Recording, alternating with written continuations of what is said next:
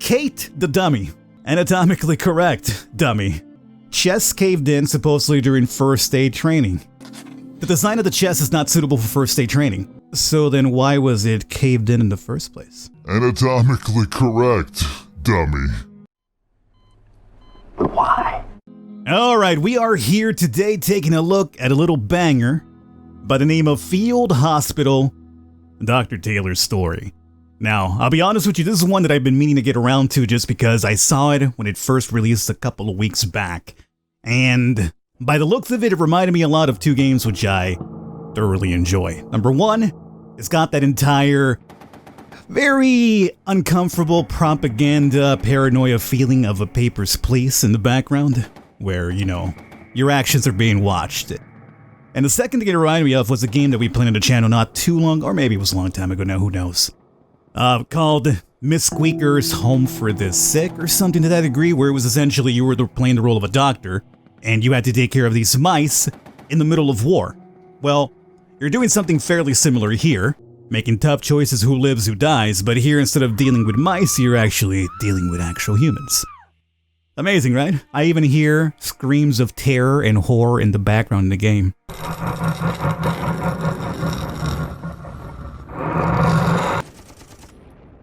Okay, so we're jumping first into the present time. I believe this takes place like in two different time periods, like the actual Taylor part of the game, and then you investigating Taylor's actions or whatever. Good afternoon, we've gathered the documents you requested, but first you need to fill out the form. Okay. Ordering customer, let's go ahead and, Falcon. You got it. So here is the guy, Robert Taylor Jr., Staff Sergeant, 3rd Medical Brigade, 29, male, transferred from the 1st Medical Brigade of his own volition. From his own words, he wants to be closer to the front lines. Those screams of agony in the background are just so freaking distracting and unnerving at the same time. So here's the family. Robert Taylor, Joanne Taylor are the parents, and the siblings are Alfred Taylor and John Taylor, which I imagine would be these two characters over here. Yep, 35 and 33. Interesting logo in the background there, huh? Remember how I mentioned had a little bit of a Papers, Please feel to it? Yeah. I see it. So now we're going to the 20th of April, I imagine now, in the period of Robert Taylor. I wonder what the investigation is about. What horrible acts we will commit as Robert Taylor maybe over time. Good day, Doctor. My name is Michael. Actually, I'm awaiting my transfer to the 88th Brigade, but today I was ordered to assist you. This is far from the conditions in the capital city, so to get you up to speed, let me show you how we do things here with the help of those two dummies. Henry the Dummy. 13 years old, non-identified. Old dummy nicknamed Henry. Only its torso and head remain. Has been used by medics in training for 13 years. Alright, let's get a medical examination on this dummy here. Oh, you have to hold it down. Moderately grave condition. Serious damage to the limb that was torn off beyond repair. Needs replacement. Kate the dummy. 1 or 2 years old, female. Anatomically correct, dummy. Chest caved in supposedly during first aid training. Let's see about doing a medical report on Kate the dummy. The design of the chest is not suitable for first aid training. So then why was it caved in the first place? Chest caved in supposedly anatomically correct, huh? How about that? How about that? Why? I kind of want to learn more. Please provide the patients that... You know what? Can I do the other one on Kate the dummy? No. We can't, so we have to definitely go with the homeboy here, Henry. Alright, Henry, let's see your dossier. First aid training dummy's arm with traces of blood. Found during crime scene investigation. Blood type on the clue is AB positive, corresponds to the blood type of the victim. Okay. Well, I am going to treat Henry. And unfortunately, I have to refuse Kate the dummy. So here is what we did. Leg replaced successfully.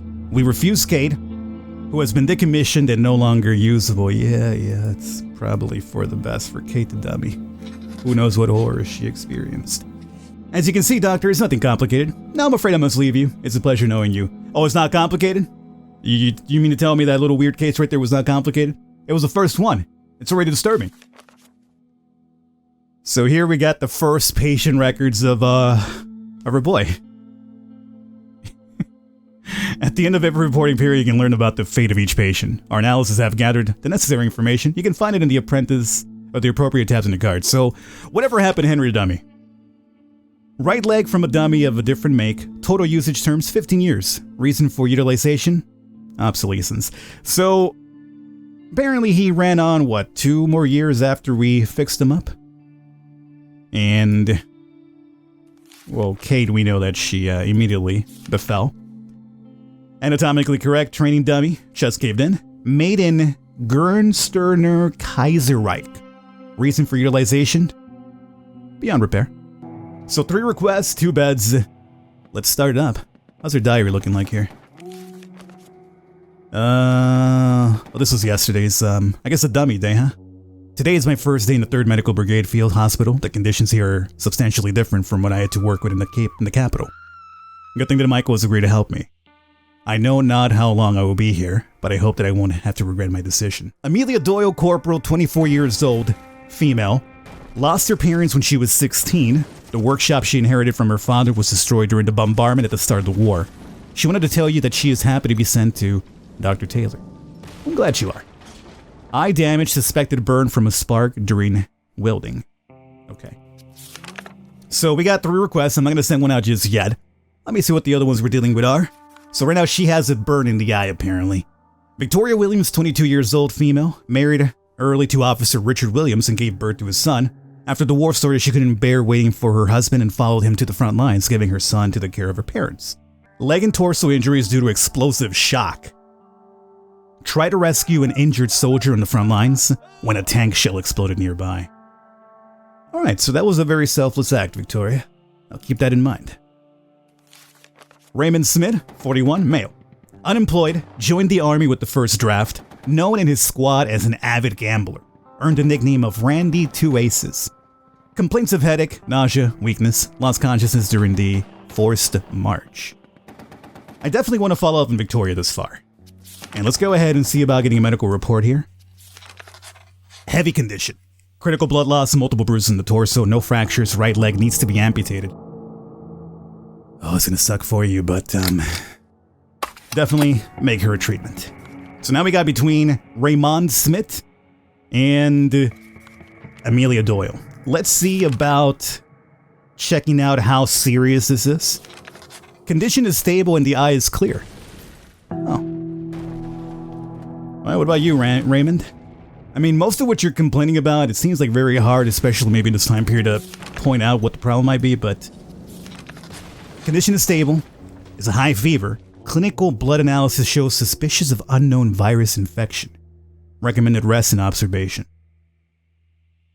So, it would seem that maybe Raymond Smith should take more precedence right now over Amelia, whose apparently eye is, she's stable and the eye is clear. Alright. Amelia, no hard feelings, but, I think you'll be fine. So, there you go. Treated. Victoria Williams, serious leg injury. Amputation was successful. Patient's condition is improving. Raymond Smith. Died of a sudden temperature rise during treatment. Yo! God damn it, Raymond Smith.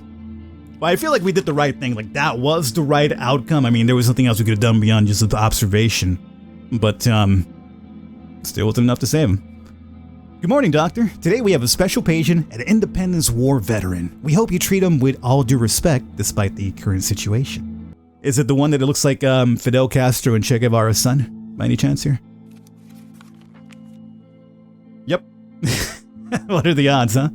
Jeremy Lewis, Colonel, 21 Cavalry Brigade, 67, male.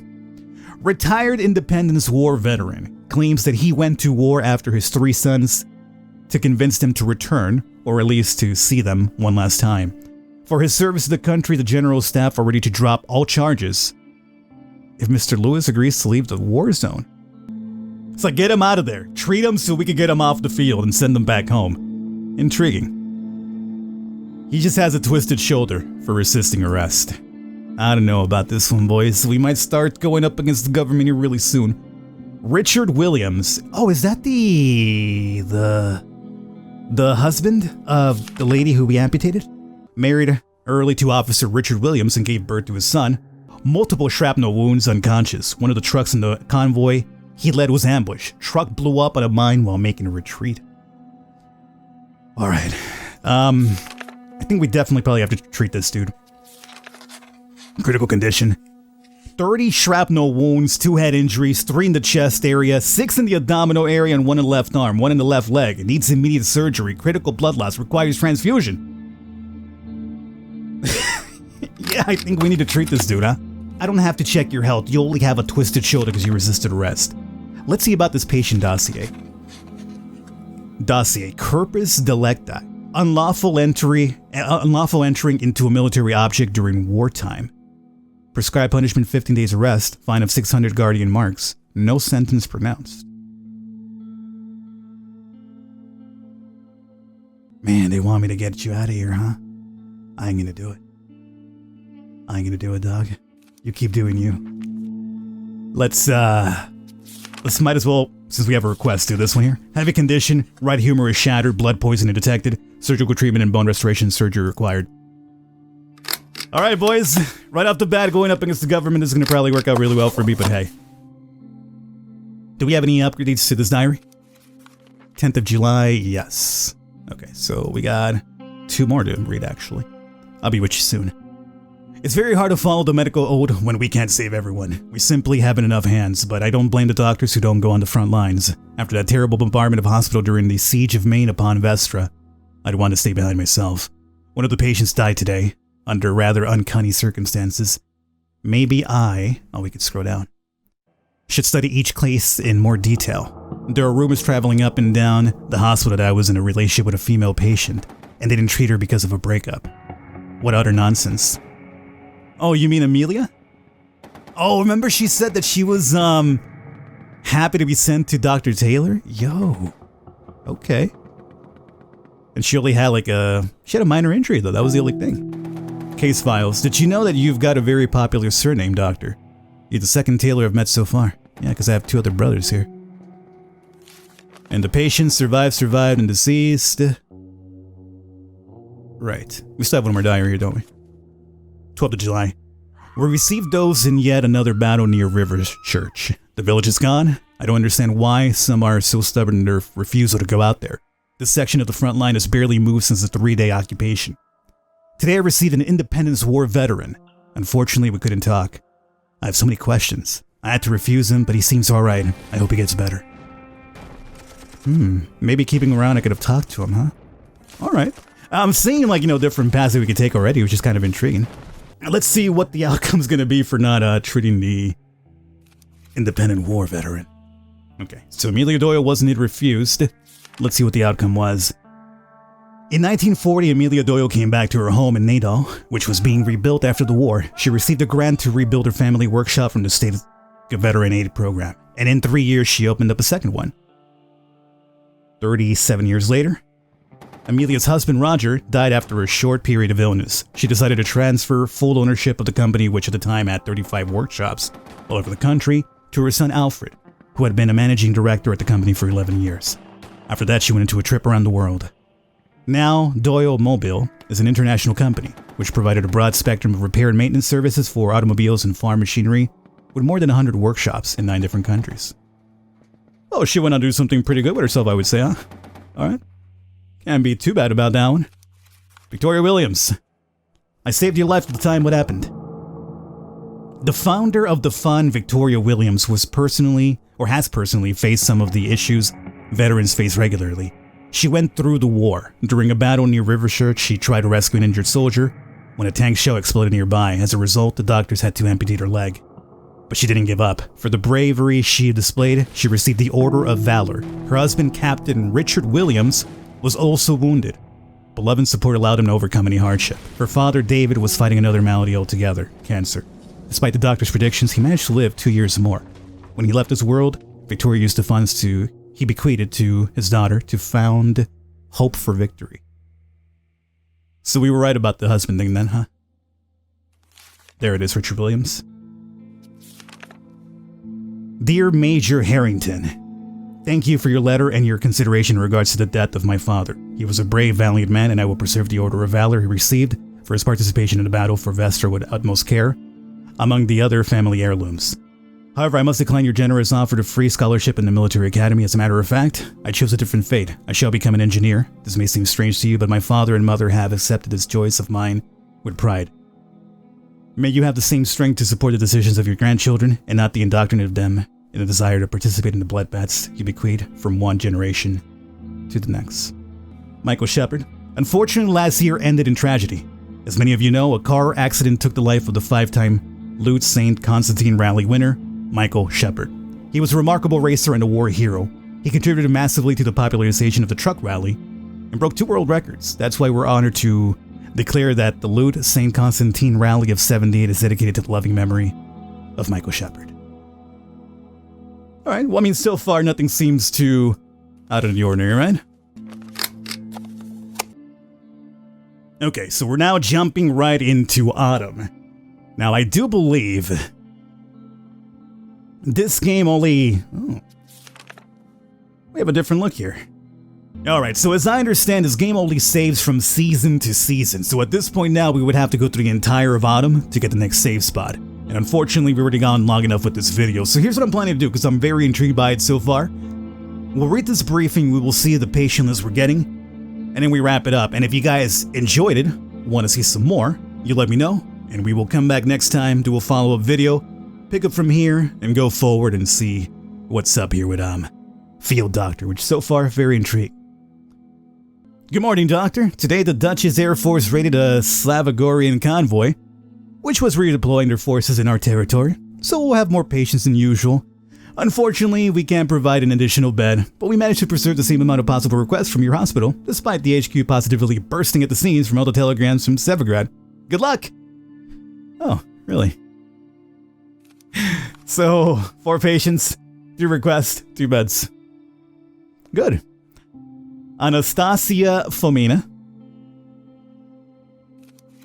Viktor Belov, Ethan Miles,